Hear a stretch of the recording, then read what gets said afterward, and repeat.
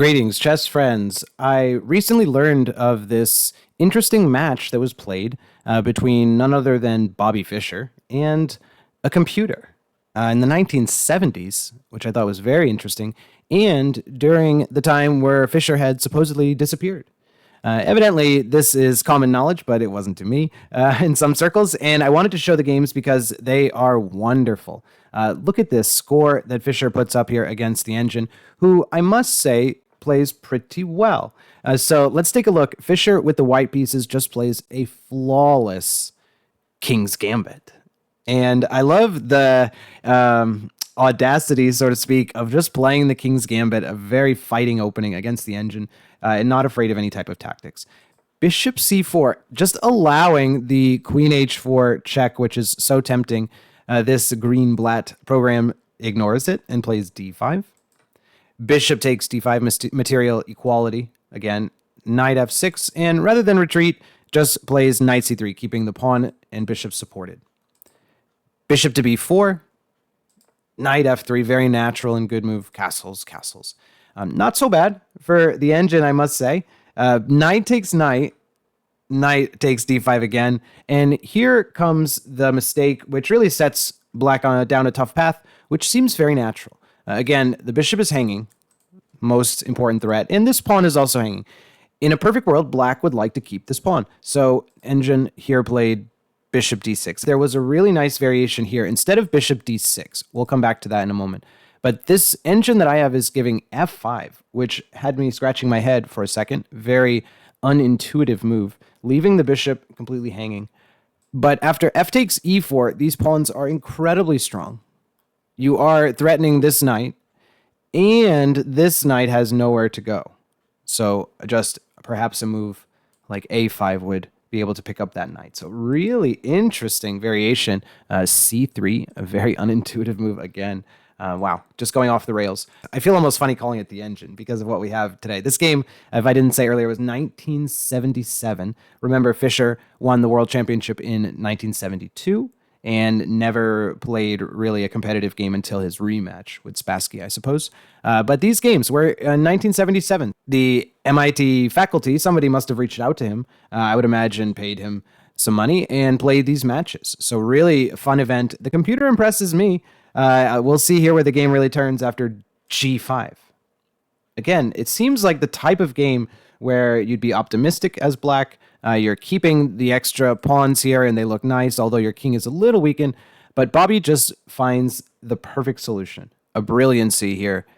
Knight takes g5. Incredible.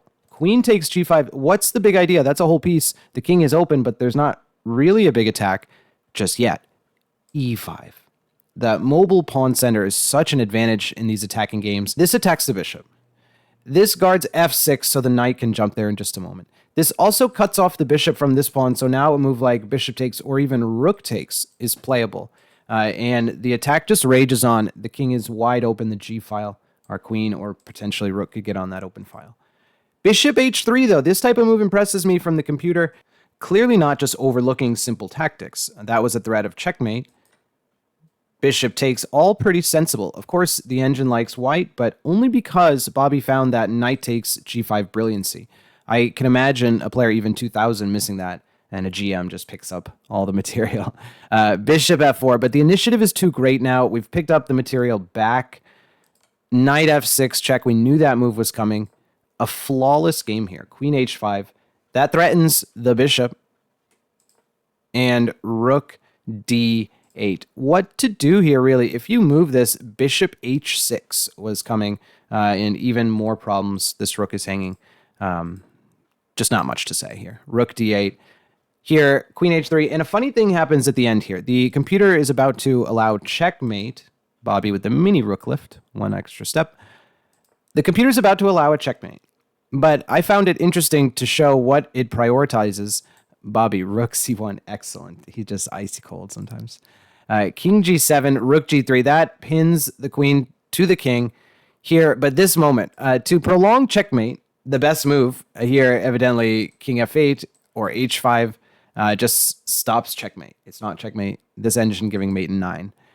But The computer program seems to have understood this pawn was hanging, and so as not to hang more material, I think, played rook h8, which just allows checkmate in one. Queen h6 is a pretty nice checkmate. So that was a funny blunder. Notice queen cannot take. Of course, it is pinned by the rook. So that is checkmate, everything helping. Knight, queen, bishop, rook, all necessary there for checkmate. Really nice. Okay, the next game, Bobby played with the black pieces. And you can see here, put up another stellar effort. Sicilian Najdorf. Why not? Going with his pet lines. Still, I'm sure considering himself the world champion here, Bobby. Although I think Anatoly Karpov had officially become the world champion by this time. Bishop e7, castles, and bishop e6. Maybe the queen on d3, not the most natural square. d2, a little more typical. But it doesn't matter because white castles kingside, which again is probably not typical. I would imagine queen d2 and castles queenside is a little more natural these days for the white side of this Sicilian Najdorf. But Bobby knows what he's doing here. Rook c8, the only move which the engine gives as inaccuracy. Here, preferring knight takes d5 and e4. Just a complete cold-hearted computer move. If queen takes that, you have knight f6, picking up the pawn. So, very strange. Other than that, another perfect game by Bobby. Rook c8, that's the mistake. Wow. So seemingly insignificant.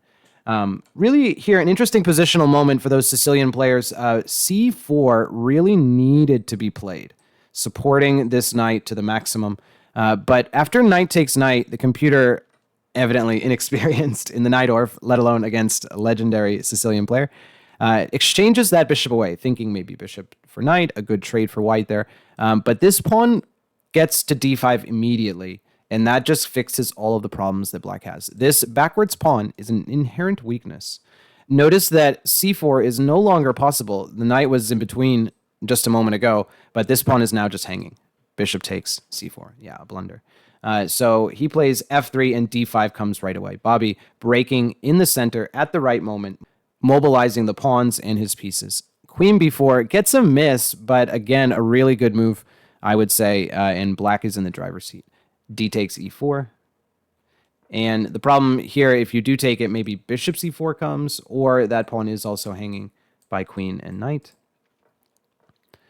Knight d5, and this game really gets out of hand. Bishop a7, and I thought it humorous that Bobby traps this bishop just as his bishop was trapped. You'll recall in the first game of their 1972 world title match versus Spassky. That famous blunder, Fischer lost that first game, of course, came back to win the match, but this is the same type of trap. So kind of funny. Evidently, the computer was not programmed to look at the Spassky-Fischer match. Here we go. F takes e4, knight e3, another fork. Notice this bishop totally stranded out here, the knight guarding it. Queen d3, knight takes, Bobby was greedy, and he doesn't even take back here. Again, this bishop is trapped, so maybe reasoning that taking here is going to save the bishop.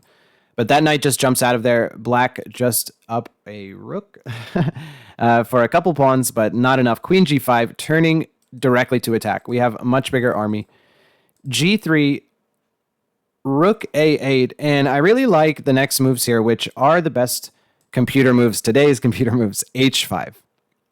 I just love that type of prying open the king side. We have our queen and knight, but we don't want to sacrifice this bishop also participating. We don't want to sacrifice any pieces, but the pawns will do nicely.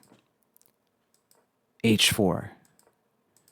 And captures, and then f5. Introducing this rook to the attack. Really just a masterclass in adding pieces, overwhelming your opponent here. He plays f takes. Notice here, if bishop takes, this is another nice line. F takes e4. Our queen is not hanging because it is check.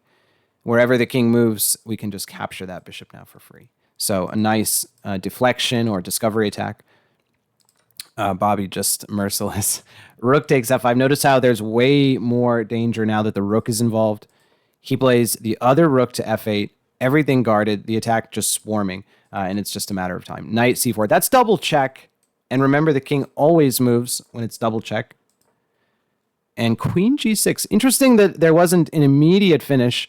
the maybe a sign of things to come for computers in their defensive skill nowadays. But Bobby finds a nice move, queen g6, threatening the discovery attack to uncover this rook. I'm sure he knew he was completely winning this one.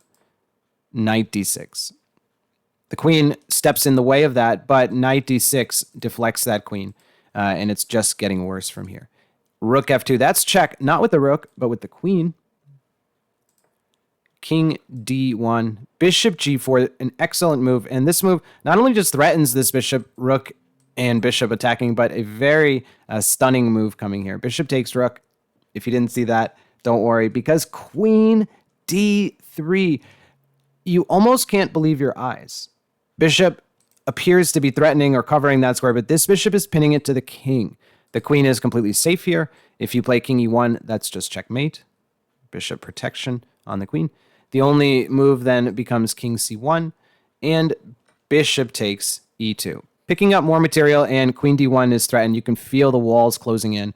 Again, the computer defends, not really going to be able to do much here. Rook takes, queen takes this knight, which again just allows a mate. There were a number of ways to slow down the checkmate here.